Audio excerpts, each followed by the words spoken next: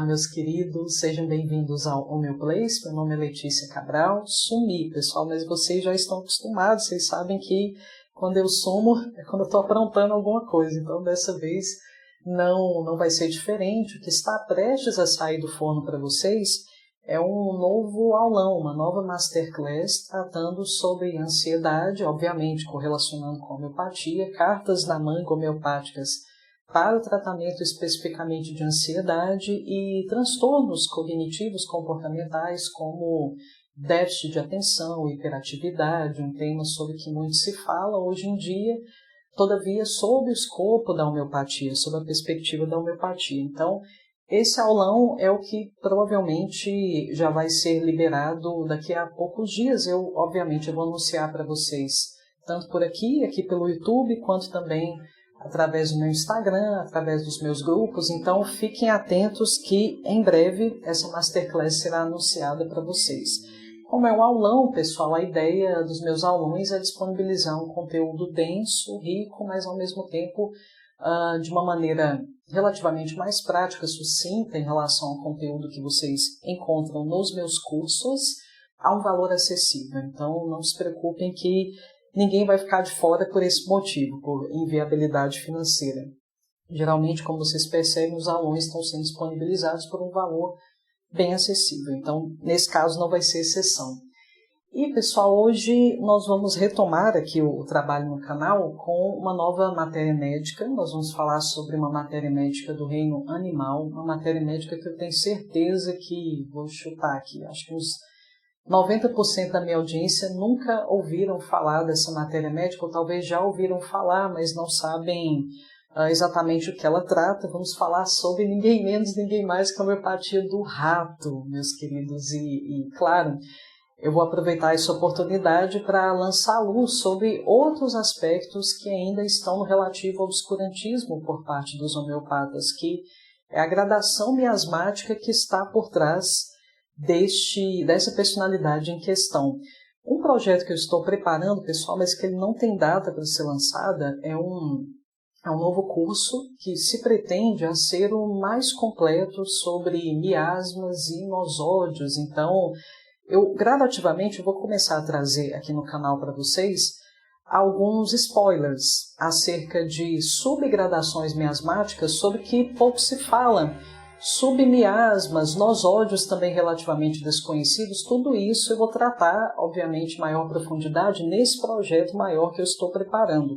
Mas eu vou trazer algumas pinceladas acerca desses assuntos relativamente novos para o meio homeopático nessas próximas videoaulas que eu estarei gravando para vocês. Vamos começar com essa, pessoal. Então, quando a gente fala, primeiramente, vamos nos ater aqui à nomenclatura dessa matéria médica em questão. Ratos. Na verdade, o nome completo dessa personalidade seria ratos. Pessoal, é a versão homeopatizada do próprio rato. Esse ratinho que de vez em quando aparece ali em escombros, aparece na nossa casa. Então, aquele ratinho preto, aquele é comum, que alguém, acho que a maioria, pelo menos uma vez na vida, já deve ter visto. Letícia, a partir de que parte do rato é feita a dinamização? A partir do sangue dele, pessoal. Então, esse é o primeiro ponto de partida. Esse medicamento recebe esse nome, ratos. Então, vou colocar até aquele sinalzinho de repetição para que vocês saibam que o nome completo da matéria médica é uma repetição desse nome, desse primeiro nome que é o gênero aqui do bichinho, no caso. Então, ratos. Personalidade do reino animal, pessoal. Então, como a gente vem conduzindo as análises de personalidade até aqui, a gente vai seguir mais ou menos a mesma linha.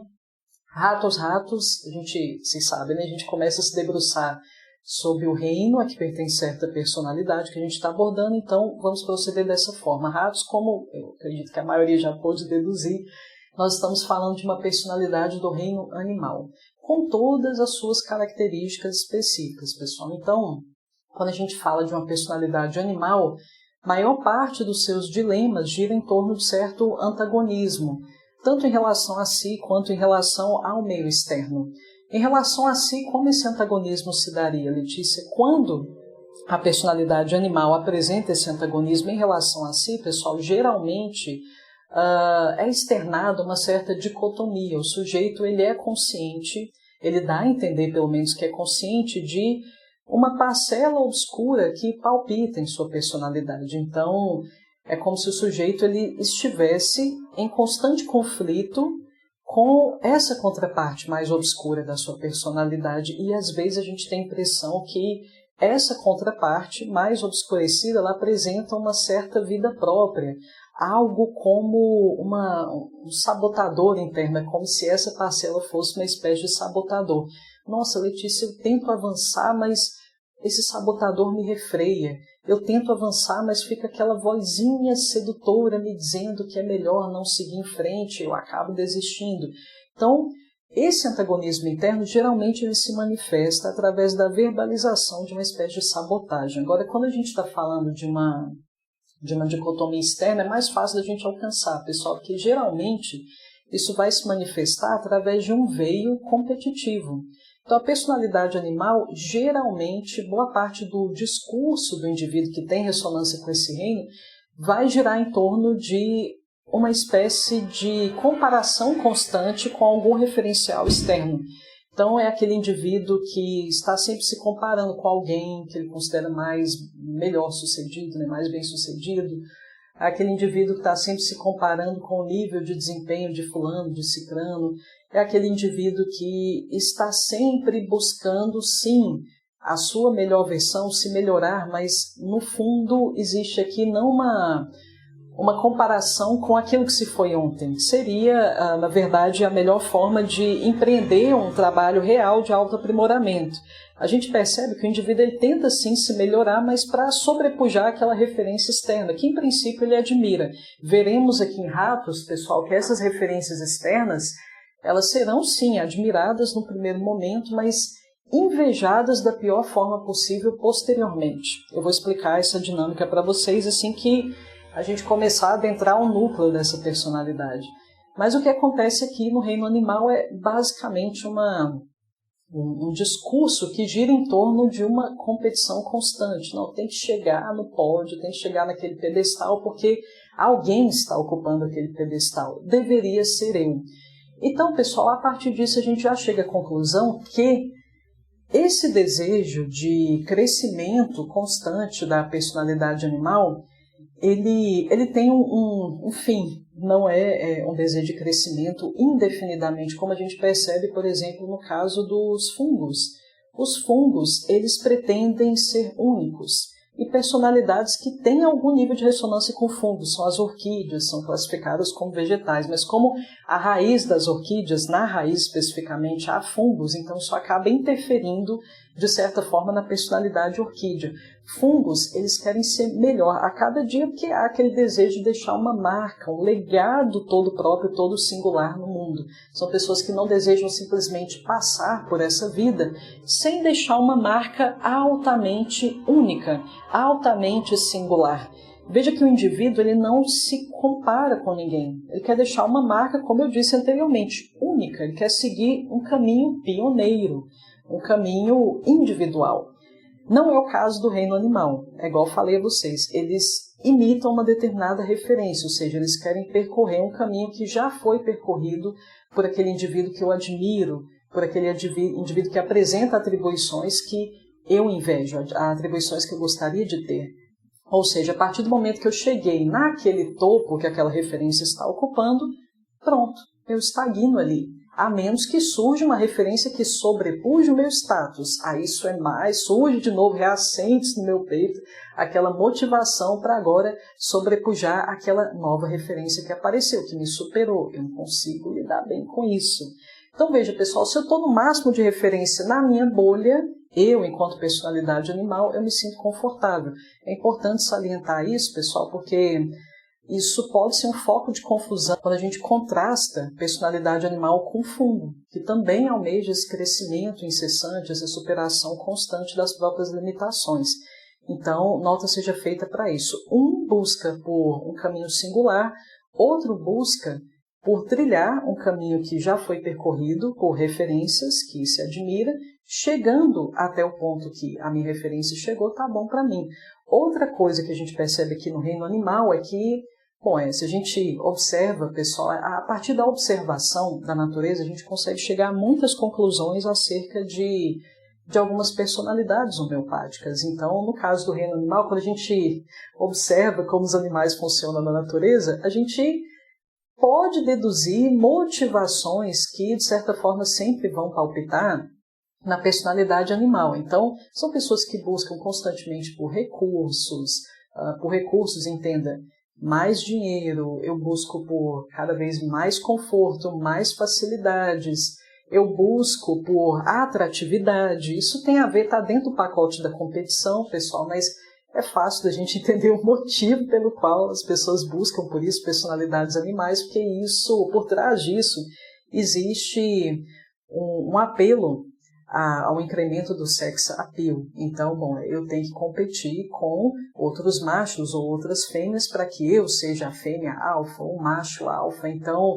são pessoas que buscam por essa evolução estética o tempo todo, por esse atrativo, apetrechos que tragam algum nível de agregação ao seu construto estético. Então, isso aqui é uma marca registrada também do reino animal. Fungo também vai buscar por isso, pessoal, mas é para que ele seja único. Ele não quer se parecer com absolutamente ninguém. Eu quero ser bonito, mas a meu modo. É o caso dos fungos. Aqui no caso dos animais, não. Eu posso até imitar um certo estilo de alguém, desde que isso me torne mais atrativo, mas eu vou emprestar uma referência que já existe. Então, de novo, eu chamo atenção para isso. Então, apego excessivo a bens materiais, consequentemente, porque o macho, a fêmea alfa, se é esse o meu objetivo maior, está nesse patamar, com todas as suas implicações, então é claro, pessoal, que eu vou buscar por mais grana. São pessoas normalmente muito trabalhadoras, pessoas que se esforçam muito para ganhar cada vez mais dinheiro, porque dinheiro implica aumento da minha territorialidade, implica um domínio maior, maiores meios de ação sobre o meu território. Então é fácil a gente deduzir também que são pessoas que vão buscar por enriquecimento constante. E isso é turbinado por esse veio competitivo que jamais abandona uma personalidade animal. Então são as características do reino animal, com que a gente já está acostumado. Eu enfatizo com frequência sempre que eu vou tratar de uma personalidade animal. Essas características elas vão incidir aqui em ratos também, meus queridos. Então nota seja feita para isso. Agora, no tocante à gradação miasmática, eu inverti. Normalmente eu começo com miasma, pessoal, mas agora sim que a gente vai tratar da gradação miasmática que pertence à personalidade ratos, que isso é uma novidade. Nós vamos falar sobre uma gradação que eu tenho certeza que ninguém conhece, pessoal, que é o miasma Yersinia. Letícia, realmente, eu nunca ouvi falar nesse miasma. O miasma novo é uma subgradação miasmática, pessoal. O miasma Yersinia, ele é amplamente discutido por Louis Klein, que é um autor sobre o qual eu pouco falo. Acho que eu falei pouquíssimas vezes sobre ele aqui no canal. Louis Klein, pessoal, é o autor de um livro portentoso, um livro fenomenal sobre personalidades orquídeas. Então, essa eu considero a sua obra-prima, mas ele tem livros sensacionais, livros maravilhosos também, além desse sobre orquídeas, mas a orquídea seria definitivamente seu ponto alto, sua obra-prima. Mas ele é autor de uma obra onde ele trata sobre outros miasmas que são relativamente desconhecidos para a gente, e outros nosódios também, que a gente não costuma utilizar muito no nosso cotidiano clínico. Inclusive, essa obra de Klein, onde ele trata sobre nosódios e miasmas de uma maneira mais aprofundada e mais completa, que o próprio Shankaran tratou, inclusive, é que servirá de base a esse projeto maior. Uma das obras que vai servir de base para esse projeto maior, que eu já pré-anunciei a vocês aí, onde eu vou tratar sobre miasmas e subgradações miasmáticas e nosódios. Então, Louis Klein, pessoal, é o primeiro autor contemporâneo a nos apresentar esse miasma.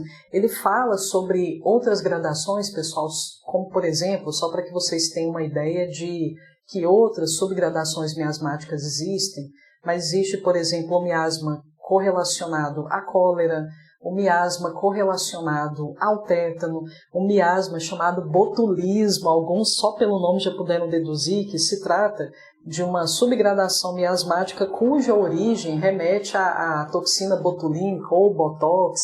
Ele fala do miasma Yersinia, meus queridos, que é uma gradação miasmática que tem muita correlação com o estágio 9, aqui conforme a classificação de Schouten. Então a gente entende esse miasma Yersinia, pessoal, a partir do momento que a gente se debruça detidamente sobre as motivações do estágio 9. Letícia, o que é isso, estágio 9? De novo, pessoal, eu estou falando da distribuição periódica de Schouten, a classificação periódica de Schouten. Schouten, ele basicamente descobriu as temáticas de todos os elementos da tabela periódica e descobriu também que existem temas correlacionados às séries, ou seja, às linhas da tabela e às colunas da tabela. Então, para Schouten, existe uma vibração, uma assinatura vibracional que configura, que representa cada coluna da tabela periódica. Então, nós vamos, conforme a classificação química convencional, vamos da coluna 1 até 18, e, portanto, nós vamos passar pela coluna 9. Do que trata a coluna 9, pessoal, estágio 9? Nós temos, vou até anotar isso aqui para vocês, porque é uma palavra que eu considero que condensa todo o sofrimento do estágio 9, pessoas que têm uma sintonia com o estágio 9. Então, primeiramente, pessoal, antes da gente entrar nas temáticas do estágio 9, que são as temáticas desse miasma, o miasma Yersinia, de onde é que isso veio, pessoal? Isso aqui, se eu fosse escrever o nome completo desse bichinho, que é uma bactéria, eu colocaria aqui pestis ao lado. Então, o nome dessa bactéria é Yersinia pestis. Vocês já puderam deduzir. Se eu estou falando de pestis, então provavelmente eu estou falando de alguma doença que talvez receba esse nome também. Sim, pessoal, esse miasma, ele é originado da supressão da peste bubônica. Então, esse bichinho aqui está por trás dessa doença que tanto nos vitimou, tanto nos flagelou, ali mais ou menos no final da Idade Média. Ela nos assolou por um bom período ali na Idade Média, entrando já na Idade Moderna. Então, é dessa peste bubônica que eu estou falando. Então, a supressão dessa doença, inclusive, Louis Klein mostra para a gente que configurou um novo miasma. E essa gradação miasmática ela foi sendo repassada pela nossa descendência até que hoje nós podemos considerar que é uma subgradação que palpita em todos nós, independentemente da gente já ter manifestado sintomas de peste bubônica ou não. Nós sabemos que os miasmas eles são passíveis de transmissão, por assim dizer. Louis Klein deixa isso muito claro para a gente. Nós recebemos toda essa herança de supressões sucessivas dos nossos ancestrais. Então, mesmo que a gente não tenha tido câncer, palpita em nós tendências cancerínicas, às vezes mais ou menos expressivas. Mesmo a gente não tendo tido tuberculose na vida, palpita em nós tendências tuberculínicas, maláricas e assim por diante. Aqui não é exceção, pessoal. Então, palpita em nós traços desse miasma, o miasma Yersinia originado a partir da supressão ou do não tratamento adequado da peste bubônica. Se eu estou falando de estágio 9, eu disse a vocês que ele basicamente representa o coração desse miasma. Eu estou falando de sabotagem, meus queridos. Cuidado, que existe outro estágio onde a sabotagem é trabalhada também, que é o 5º, pessoal. Só que o estágio 5 ele tem mais correlação com o miasma malárico. A gente não vai falar sobre isso, porque senão essa videoaula vai ficar infinita, vai ficar muito extensa. Lá existe a sabotagem, pessoal, mas é uma sabotagem que paralisa o indivíduo. O indivíduo no estágio 5 ele não realiza absolutamente nada. Por quê, Letícia? Por perfeccionismo. Ah, não está bom, eu tenho que ajeitar isso aqui, ah, não está adequado, então, como não está perfeito, eu não vou nem fazer. Então, por isso que Schouten traz no estágio 5 também, como termo-chave, a palavra adiar. Aqui vai acontecer a mesma coisa, só que aqui, pessoal, eu já evolui muito. Eu já não me deixei levar por preciosismo, por perfeccionismo. Aqui vai aparecer de novo um bocado de perfeccionismo, mas não é exatamente o perfeccionismo que vai paralisar o indivíduo no estágio 9. Para quem já está familiarizado com o método de Schouten, pessoal, nós sabemos que depois do 9 vem o estágio 10, que seria, conforme o raciocínio de Schouten ainda, a apoteose evolutiva do ser humano. Então, por isso eu utilizei o termo quase. Porque, veja, eu estou quase no topo, eu estou quase naquele ponto em que finalmente eu vou gozar dos frutos do meu esforço de tantos anos, de tanto tempo. É aquele momento em que eu estou prestes a apresentar aquele trabalho, em que eu investi tanta energia por tanto tempo. Então, nota seja feita para esse tipo de contexto. Eu estou falando desse momento em que só falta aquele acabamento. É só agora apresentar aquela performance, é só apresentar o trabalho, é só receber a coroa. Não falta absolutamente nada. Letícia, mas por que nesse ponto especificamente o sujeito se sabota, o sujeito se refreia? Pelo seguinte, pessoal, porque aqui no Miasma e Yersinia a gente tem uma consciência, nem que seja inconsciente, uma percepção, na verdade, nem que seja inconsciente, de que a partir do momento que eu chegar no topo, porque a Scholten até traz um gráfico, pessoal, eu acho que esse gráfico ele está apenas no Homeopatia e os Elementos, que é um gráfico basicamente assim. Eu já desenhei ele algumas vezes para vocês. Então, nesse gráfico que sintetiza o método periódico, aí nós temos aqui a distribuição dos estágios, e o 10 ele ficaria bem aqui, ó, representando aquilo que eu falei. Quando eu estou no estágio 10, eu estou no momento apoteótico, eu estou no meu máximo. Tanto é fato que a gente encontra personalidades aqui, como é o caso de Platina, como é o caso de Paládio. Como é que são essas pessoas? São pessoas que realmente se sentem no topo. Parece que elas estão no máximo de sua realização, parece que pelo nível de soberba que essas pessoas manifestam, parece que a vida delas é perfeita, não tem mais nada a ser conquistado, agora é só manter. Então, o estágio 9, obviamente, o pessoal está aqui antes do 10. Então, veja bem, falta pouca coisa para eu chegar aqui no topo. Mas por que eu refreio esse processo? Aí nós vamos retomar o ponto em que estávamos. Que veja, depois do 10, pessoal, a subida ela não continua. Depois do 10, conforme esse raciocínio, eu já começo um processo de declínio. Então, o que sabota o indivíduo é essa percepção de que, se eu ultrapassar essa linha, daqui a pouco é só decadência. Eu vou gozar daqueles momentos de prestígio, de aplauso, de reconhecimento, porque realmente eu fiz por onde, mas depois é ladeira abaixo. Depois disso, a menos que eu continue me esforçando, é ladeira abaixo. Então o indivíduo, ele sabota o próprio sucesso, porque ele pensa o seguinte: nossa, se eu me entregar a esse negócio, eu vou ser obrigada a trabalhar pela manutenção disso para o resto da vida. Então é por isso que a gente percebe aqui no estágio 9 talentos enterrados, talentos grandiosos enterrados por medo da responsabilidade, no fim das contas. Porque o poder, é meio clichê isso aqui que eu vou falar, pessoal, mas a gente sabe bem que o poder, sim, ele traz muitas vantagens, nos abre uma série de possibilidades, meios e números de ação, mas, por outro lado, exige-se uma grande responsabilidade, especialmente para mantê-lo. Para conseguir manter isso aqui, eu preciso estar muito atenta, eu preciso estar muito ativa, eu preciso recrutar muita inteligência, eu preciso estar antenada na dinâmica do meu tempo. Porque, veja, um dos motivos pelos quais o indivíduo começa a percorrer essa seara de decadência, pessoal, ainda mais quando a gente averigua o estágio 11 e 12, é um apego àquilo que já funcionou no passado, ou seja, a pessoa ela não tem essa humildade para reconhecer que ela precisa se reciclar.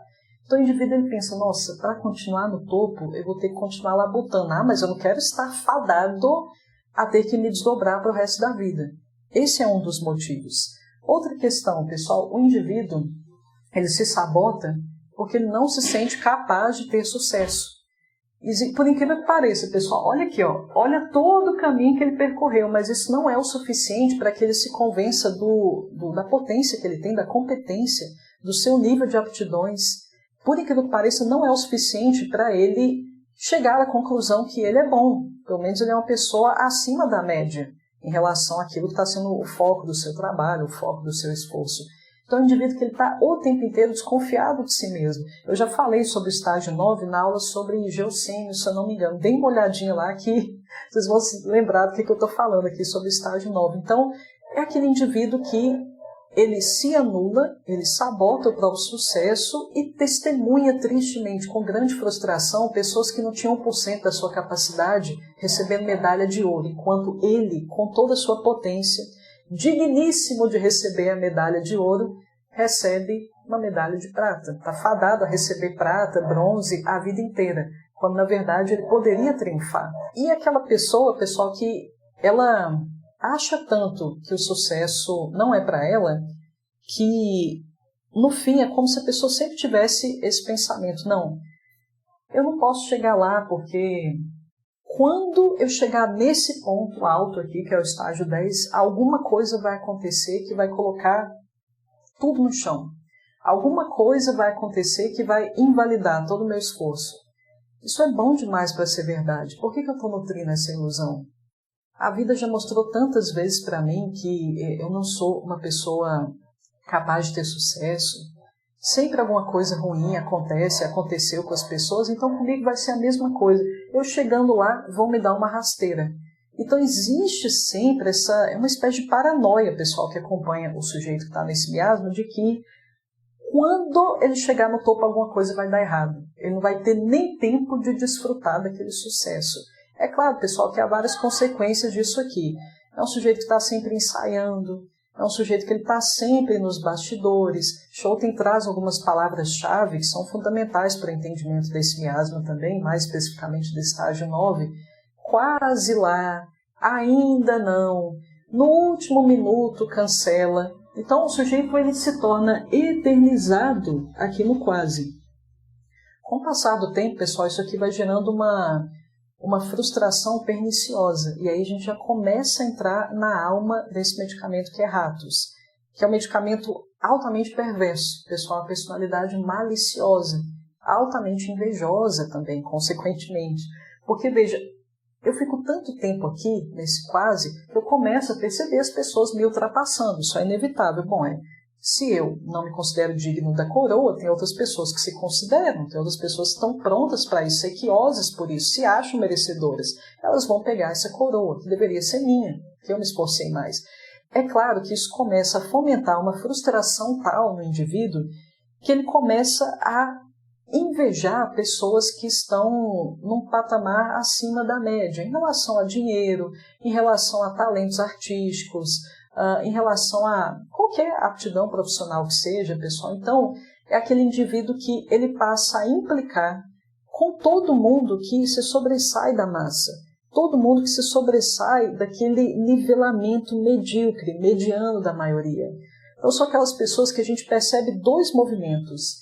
Primeiramente, de admiração, onde eu boto os olhos numa referência e aquilo enche meu coração. Nossa, fulano é tudo de bom. Sabe aquela pessoa que baba ovo de determinados ídolos, de determinadas autoridades? A pessoa consome conteúdo daquele influenciador todo dia, daquela pessoa que é o foco ali da sua admiração. Enfim, é uma espécie de fixação e do nada a pessoa vira casaca. A pessoa começa a apedrejar aquele que era o alvo da sua admiração, da sua fixação, até da sua idolatria, por que não dizer. Então há esses dois movimentos, hora de admiração e daqui a pouco eu começo a invejar aquela pessoa, mas invejar no pior sentido, pessoal. Invejar não apenas nesse sentido de eu queria ter aquilo que a pessoa tem, eu queria ter aquilo para mim, mas eu não apenas quero ter, mas eu quero que a pessoa ela seja arruinada também. Eu quero tudo que ela tem e, além disso, não me basta. Eu quero ver na lama também. Ou seja, a gente está falando da inveja, pessoal, propriamente. Não existe inveja mais ou menos branda. A inveja, ela sempre se configura como esse passo a passo. Então, eu quero aquilo que a pessoa tem. Ela é digna de usufruir daquilo, não eu. Então, veja, a coisa já começa ruim por aqui. A gente já consegue perceber claramente que não se trata definitivamente de uma virtude. A gente não está falando mais de admiração. Pessoal, no caso da admiração, eu não quero usurpar o que a pessoa tem. No máximo que acontece aqui na admiração é uma espécie de imitação. Eu quero chegar no mesmo ponto de sucesso, mas pela minha via. Eu não quero aquilo que é da pessoa, que é digno dela. Ela fez por onde, ela merece o patamar que ela está. Não, eu vou seguir a minha via, mas, bom, meu objetivo é chegar num nível similar de sucesso. Não, o invejoso, ele quer. É o que vai acontecer aqui numa variante significativa de desequilíbrio. Eu quero o que ele tem e, além disso, eu quero vê-lo na lama. Por quê, pessoal? Porque isso aqui me traz uma paz de consciência, que é muito doentia também, é altamente patológica, me traz uma paz de consciência no seguinte sentido. Bom, ninguém chega lá mesmo. Isso aqui é uma utopia. Chegar nesse topo é realmente uma utopia. Ninguém chega lá, tá vendo? Todo mundo cai. Mas veja, caiu por quê? porque você prejudicou aquela pessoa. Por isso agora ela está na lama, junto com você, e você pacifica a sua consciência nesse sentido. Sucesso realmente não é para ninguém. É um sonho irrealizável. Então, bom, você tem agora um companheiro de ruína. Você não está sozinho na sua ruína. O que faz você chegar à conclusão que você está ali por uma ordem natural da vida. Você não está ali porque você se sabota, é você que não faz por onde. Então é muito mais fácil eu buscar um bode expiatório externo para justificar as minhas próprias insuficiências, para justificar a minha própria soberba, o meu próprio orgulho. Esse é o movimento central aqui de Ratos, pessoal. Na verdade, o movimento central em todas as personalidades que estão dentro dessa subgradação miasmática.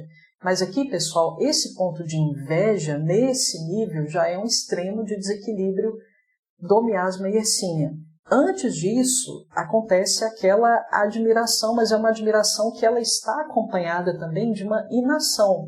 Eu admiro, e quanto mais eu admiro, mais eu me esvaio de mecanismos de ação, mais eu sinto que aquilo é irrealizável para mim. Ou seja, é uma admiração que, como eu disse, paralisa também.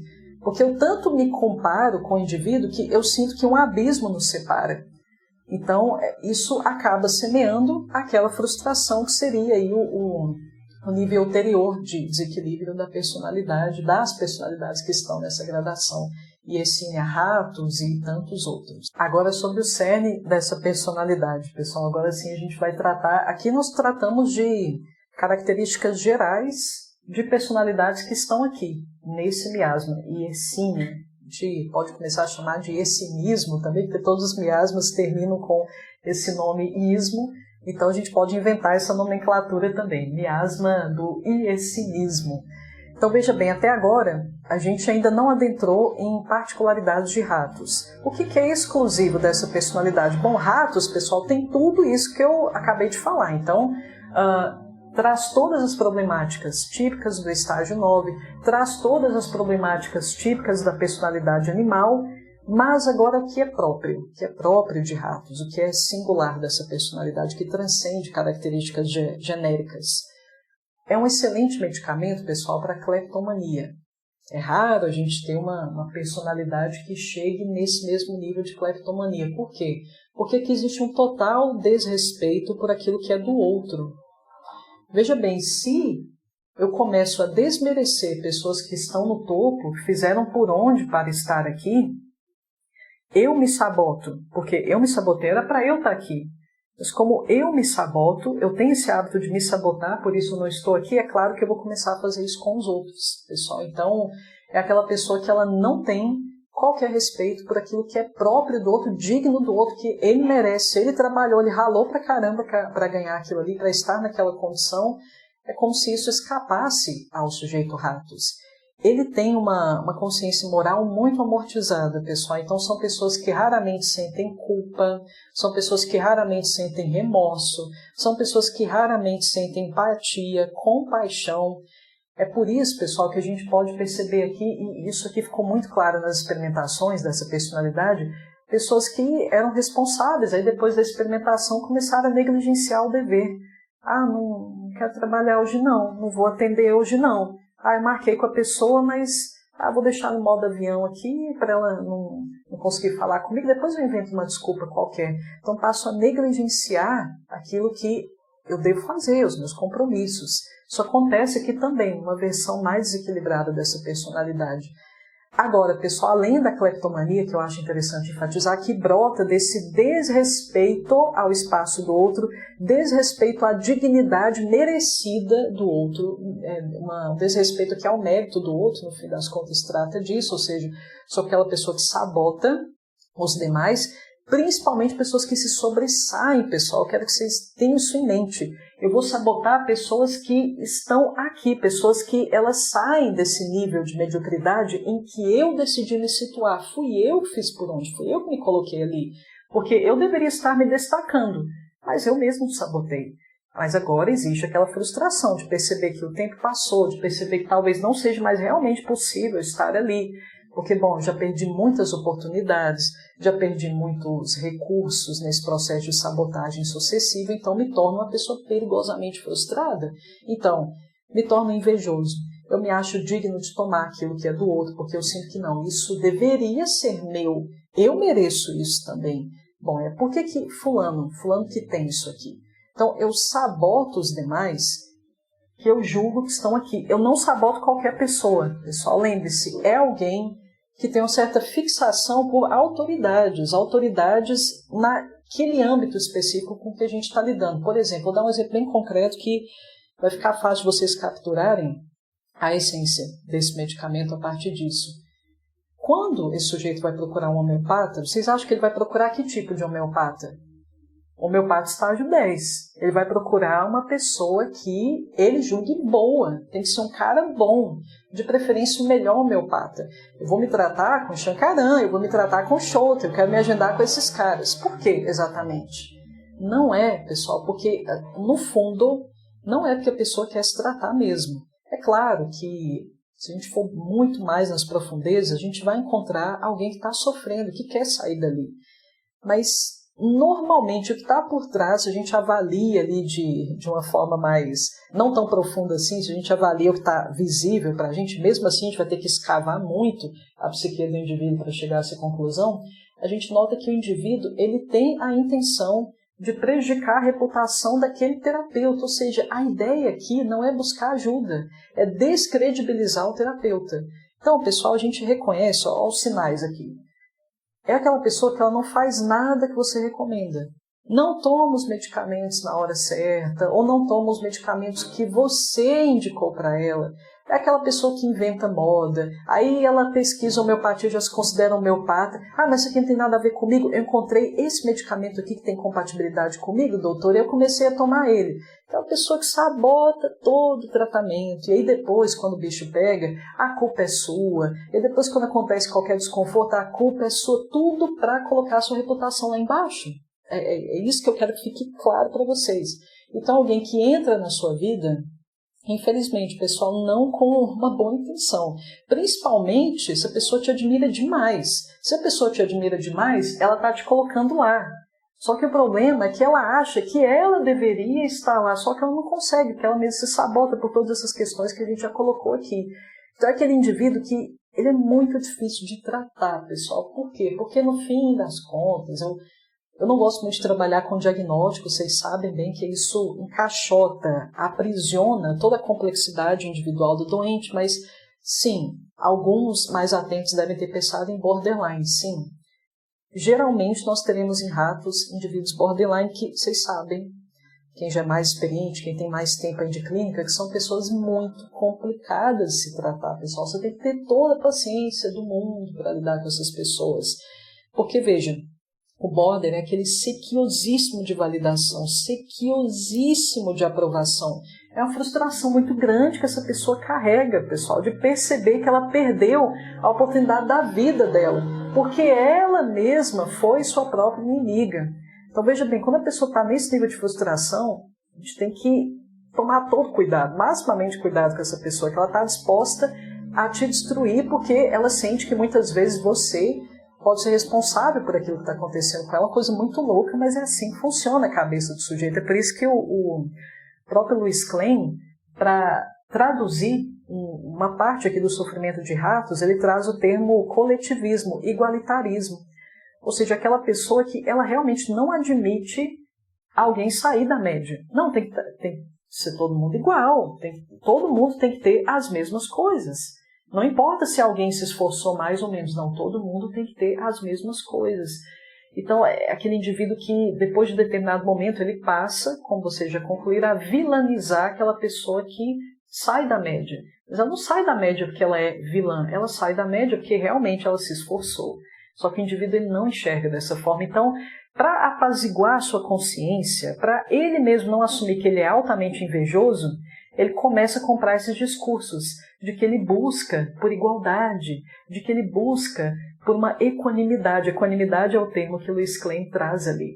Então isso traz uma paz na minha consciência. Não é que eu sou invejoso, é porque todo mundo deve ter os mesmos direitos. É por isso que eu estou combatendo essa pessoa que está sobressaindo, essa pessoa que está pisando nos inferiores. Não, como assim? Ela está usurpando de quem é inferior, então não merece estar lá. é uma amortização da minha consciência. Ao invés de me chamar de invejoso, eu me chamo de arauto militante da igualdade. Olha que conveniente. Vocês com certeza já ouviram esse tipo de colocação, melhor não existe. Não, ninguém é melhor que ninguém. Tem gente que é melhor que muitas pessoas, sim, pessoal. Então, o indivíduo ele nunca admite isso, porque ele vai ter que admitir a mediocridade dele. No fim das contas, tudo gira em torno disso, pessoal. Então, nós temos aqui um sabotador geral, inclusive de relacionamentos. Você não entende como a pessoa consegue estragar um relacionamento que ela está vivendo que é tão harmonioso.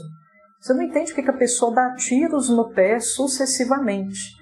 E mais, pessoal, às vezes a pessoa não reconhece que é ela própria que está fazendo isso. Não é o parceiro, não é o parente, não é fulano. Raramente ela vai assumir a culpa para si.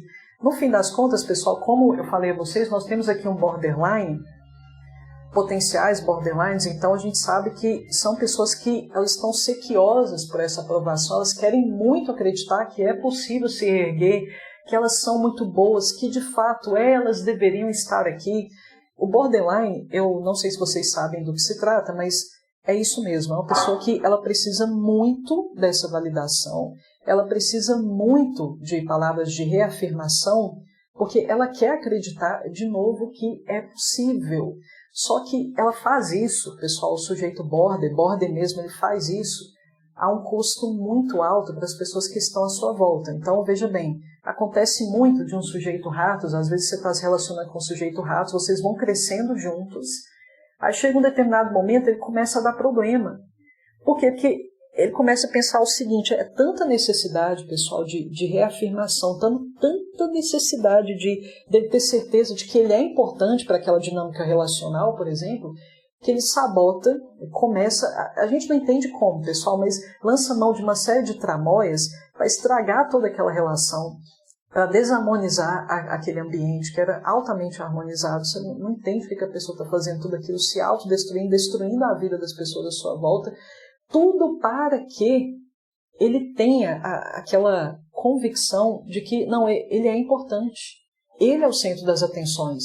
Então ele quer chamar a atenção para o sofrimento dele, porque veja, agora, como toda a atenção está sendo lançada para o sofrimento dele, aí ele tem certeza que, nossa, eu sou mais importante que o sucesso desse empreendimento que a gente está conduzindo. Eu sou mais importante do que o sucesso do nosso próprio relacionamento. Não é esse projeto que nós estabelecemos juntos que agora é o foco da nossa atenção. Sou eu. Então é por isso que a coisa começa a prosperar até certo ponto em termos de relações humanas. Ele coloca tudo a perder, o sujeito border. Porque ele quer ter certeza de que não é, eu sou amado ainda, eu sou importante ainda para você. Então por isso que ele sabota a cura também, pessoal, porque ele quer ter certeza que o homeopata não vai desistir dele, por mais difícil que ele seja, por mais rebelde que ele seja, ele quer ter certeza que não é. Você me ama mesmo, você não vai desistir de mim, você vai continuar me tratando, mesmo eu fazendo todo esse estardalhaço. Então é por isso que o sujeito border é altamente desafiador para pessoas que convivem, principalmente, e para o próprio terapeuta. Pessoal, o sujeito border, às vezes assim, ele corresponde aos 15 pacientes que você ia atender naquele dia. Você só atende ele, de tão desgastante que é. Porque você precisa conhecer essa dinâmica altamente arquitetada que está por trás dessas pessoas, senão você cai na lábia, senão você se desgasta, você perde a paciência. Então é esse o mecanismo central. Geralmente, pessoal, ele trabalha naquela dinâmica tácita.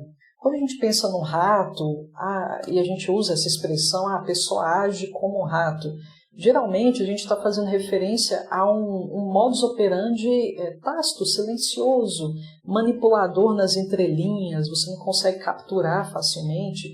Então, o tipo de expediente que o sujeito vai utilizar aqui para sabotar relações, principalmente sabotar uma autoridade específica, que em princípio ele admirava, muito do expediente vai girar em torno de contar segredos, contar intimidades. É aquela pessoa, talvez vocês já se depararam com perfis assim, talvez vocês já tenham sido vítima de perfis assim, que conta suas intimidades sexuais para todo mundo ouvir. Então aquela pessoa que ela não tem o mínimo de respeito pela dignidade do outro, pessoal. Ainda mais, uma espécie de contradição, mas ainda mais se ela admira aquela pessoa sobre a qual ela está contando aqueles segredos. Então aí é que ela vai fazer de tudo para diminuir maximamente, denegrir maximamente a imagem daquela pessoa que, bom, em tese, ela admira. A gente sabe que existe uma inveja perniciosa por trás, já chegou nesse nível, por isso que ela está prestando esse desserviço ao foco da sua admiração. Então, sai contando intimidades, sai contando confidências, algo que, bom, a pessoa, um segredo ali, a pessoa confiou que você não ia contar aquilo para absolutamente ninguém. Então, é esse tipo de recurso que essas pessoas utilizam. E tem outra questão aqui, pessoal, é que a sexualidade é um ponto-chave, porque se a gente entra nessa seara de sexualidade, o sujeito pode falar a sessão inteira de sexo. Mas veja, não é do que ele faz sexualmente, mas escrachando, escancarando intimidades do parceiro. Ah, ele faz isso e ele se comporta assim, que é intimidade de quatro paredes mesmo, pessoal. A pessoa escancara aquilo, não sobre ela, mas sobre o outro, principalmente seu parceiro afetivo. Não tem nada a ver com o foco da consulta, mas a pessoa faz questão de trazer aquilo de bandeja, culpa os outros por aquilo que se é. Isso aqui é clássico, pessoal, e também eu acredito que a essa altura vocês já puderam ter deduzido isso. Então sai apontando o dedo, fulano é isso, fulano é aquilo, mas na verdade é a própria pessoa que tem aquelas más inclinações. Então nós temos aqui a síndrome do espelho, muito marcante, muito visível, muito explícita. Então é por isso, pessoal, que é tão importante a gente averiguar aquilo que causa aversão no doente. Comportamentos. O que você não suporta que uma pessoa faça? Porque se a gente estiver lidando com um perfil assim, a gente normalmente vai chegar à conclusão que a pessoa é tão aversa àquele comportamento por um aspecto especular aqui. É que a pessoa está se vendo naquele comportamento, ele está tocando uma ferida que também está aberta em si.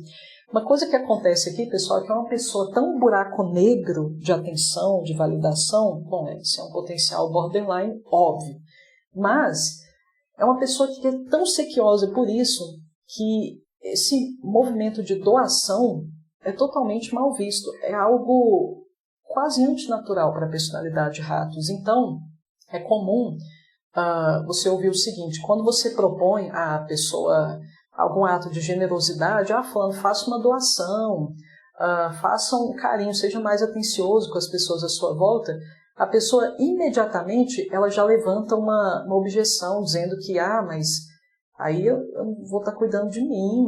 Aí nossa, mas como é que eu vou ficar nessa história? A pessoa sempre lança luz sobre as próprias necessidades. Então a generosidade ela é vista aqui como um processo de abuso de si mesmo. Doar para os outros, dar uma coisa que é minha para os outros, isso é cleptomaníaco, então é claro, pessoal, que o oposto vai soar muito antinatural para essa pessoa. Então é por isso que a gente encontra uma rubrica aqui, que ela é muito interessante, que diz o seguinte: quando faz sexo, mas um sexo que tenha um apelo afetivo, não aquele sexo mecânico, mas um sexo onde haja mais carinho, mais toque, mais reciprocidade, o sujeito ele sente como se estivesse se prostituindo. Então, há algumas mulheres, pessoal, ratos, não exatamente nessa variante extrema, pessoal, que é igual eu sempre falo, uma personalidade ela tem tons de cinza. Vai lá para o preto, é sobre o preto que a gente está falando aqui na maior parte do tempo, mas existe a variante mais branda, onde, em princípio, a pessoa ela se sabota apenas por uma admiração genuína, ou seja, nossa, tem tanta gente melhor que chance eu tenho. Tem essa variante que é ratos ainda. Eu estou lançando luz aqui sobre a parte mais enegrecida, mas tem esse lado mais brando. Tem algumas mulheres que, às vezes, elas se enquadram nessas variantes menos obscurecidas de ratos. São aquelas mulheres, não sei se vocês já acompanharam casos assim, que elas dizem que se eu transo sem vontade, eu me emociono, eu choro, que eu sinto como se eu tivesse me prostituído. Não é muito difícil da gente entender também por quê, porque, veja, pessoal, a essa altura eu acho que vocês já chegaram à conclusão que é uma personalidade altamente utilitarista. Então, o sujeito que ele não entende a generosidade, ele não entende que esse processo de doação ele visa o bem do outro. Não, se está dando, é porque quer alguma coisa em troca. É por isso que sexo, na mente de algumas mulheres ratos, pode ter essa correlação com prostituição. Não é por afeto, entrega da minha intimidade, porque ao mesmo tempo eu estou entregando meu coração a essa pessoa. Não, tem alguma coisa por trás. Nossa, e se tem alguma coisa por trás, como é que eu denomino isso? Isso é prostituição. Nossa, eu estou dando meu corpo para ter alguma coisa em troca. Nossa, mas que situação degradante, que situação triste. Então, tudo que gira em torno de doação recebe uma alcunha pejorativa, porque eu não consigo conceber isso. Eu estou doando gratuitamente, pensando muitas coisas vagamente no meio do outro. Ah, sei, até parece que isso é possível. Não, tem alguma coisa que a pessoa quer em troca disso. Então, isso escapa ao sujeito, pessoal, essa percepção do que é o bem, o amor gratuito, o amor incondicional. Mas é disso que, no fim das contas, o sujeito mais precisa. Agora, sobre clínica, pessoal, só para a gente fechar, eu sei que é uma personalidade muito densa, eu fiz questão de me aprofundar em muitas nuances, detalhes, pessoal, especialmente porque eu queria muito apresentar para vocês esse miasma. Porque, veja, parece psicose, parece luetismo, mas vocês percebem que não é 100% luetismo, nem 100% psicose e nem 100% cancerinismo, que às vezes a gente poderia pensar, Letícia, mas se é junção de psicose com luetismo, então essas personalidades que têm correlação com Yersinia devem ser cancerínicos, mas vocês percebem que o cancerinismo não apareceu aqui. Então o que a gente tem muito claro é pincelada de psicose e pincelada de luetismo, mas ainda não configura 100% personalidades nem luéticas nem psicóticas. Psicose parece muito com a psicose, mas no processo psicótico, pessoal, a maior parte dos esforços giram em torno da manutenção de uma máscara para ocultar determinadas fraquezas. Mas não existe um elemento tão ativo para degeneração do outro, para prejudicar deliberadamente o outro, quanto a gente percebe aqui. Personalidades psicóticas não chegam nesse ponto. Então precisa haver uma pitada de malícia nessa psicose. Essa pitada de malícia, quando a gente coloca essa pitada na psicose, a gente chega a essa gradação miasmática. Então aqui as pessoas que manipulam ativamente, como a gente percebe em ratos, nós vamos perceber uma ressonância muito maior com esse miasma. Muito mais que a própria psicose, que ela está preocupada apenas em comaltar, ocultar as suas fraquezas, só quero que ninguém perceba, mas também não quero prejudicar os outros necessariamente. Aqui não. Aqui existe sim a necessidade de ocultar fraquezas e se auto-enganar, ou seja, as minhas fraquezas eu projeto totalmente lá para fora, tudo é culpa do outro, ou seja, bodes expiatórios bem convenientes que eu encontro para comaltar, para aplacar um pouco aqui a minha consciência. E além disso, eu tenho essa intenção deliberada de prejudicar os demais, de fato eu prejudico. Isso escapa do miasma psicótico, o pessoal não necessariamente está ali. Então, manipulação ativa e Yersinia. Então, vejo que muitas personalidades a gente consegue entendê-las mais profundamente quando a gente as faz passar pelo prisma desse miasma em questão. Clínica, pessoal, alguns diagnósticos, só para falar de alguns aqui para pessoas que são muito ansiosas para saber de forma mais pragmática o que determinada personalidade trata, determinado medicamento trata. Então, eu já falei de borderline. Eu acho interessante também, pessoal, chamar a atenção para o fato de que tem se provado um excelente medicamento para 2 tipos de cânceres. No útero, principalmente, câncer esofágico. Acho interessante também salientar que são pessoas que, no calor, elas têm as extremidades dos dedos das mãos e dos pés frias. É algo curioso, é algo peculiar, achei interessante citar. Outro traço, pessoal, é que o cabelo do sujeito ratos ele é ralinho. Existe tendência à alopécia, mas ele é ralinho. A pessoa que tem pouco cabelo. Isso, inclusive, em mulheres, a gente pode perceber também. A pele é um pouco mais oleosa. Já falei da tendência à borderline, já falei da tendência à cleptomania. Gosta muito de cor preta. São pessoas que usam muito preto. Então, isso é muito distintivo. Eu uso, pessoal, mas eu não sou ratos, não. É mesmo. Se tivesse alguma ressonância, eu não ia ter vergonha de falar, não. Mas não é meu caso. Eu uso preto, que eu acho uma cor sofisticada. Mas são pessoas que gostam muito da cor preta, são pessoas hipersensíveis a barulho, não necessariamente barulho alto. E tem um sinal aqui, pessoal, que a gente acha que só Mercúrios tem. A gente vê aqui também que é o seguinte, a pessoa, enquanto ela está dormindo, a boca está com gosto amargo. Isso fica muito mais nítido quando a pessoa desperta. Então, gosto amargo na boca e ainda por cima muita salivação enquanto a pessoa está dormindo. Então, achei interessante citar também. A pessoa, ela tem mau cheiro. E isso aqui eu achei interessante citar pelo seguinte, porque às vezes a pessoa acabou de tomar banho, a pessoa passou perfume e ela tem mau cheiro. É aquele mau cheiro que ele não passa. A pessoa pode ter feito uma dieta de desintoxicação, mas o cheiro da pessoa é ruim. Então, isso eu achei interessante também falar. E tem outro traço, pessoal, é claro que não é exclusivo, só que como aqui é muito frequente, achei interessante sinalizar a vocês também que em ratos a gente vai observar sonhos frequentes com banheiro sujo. É uma pessoa que sonha frequentemente que está no banheiro sujo, fica meio nojada daquilo ali, então esse sonho é repetitivo, pessoal. Então achei interessante trazer para vocês também. Meus queridos, mais uma vez, muito obrigada por terem me acompanhado até aqui. Um fortíssimo abraço a todos e até a próxima.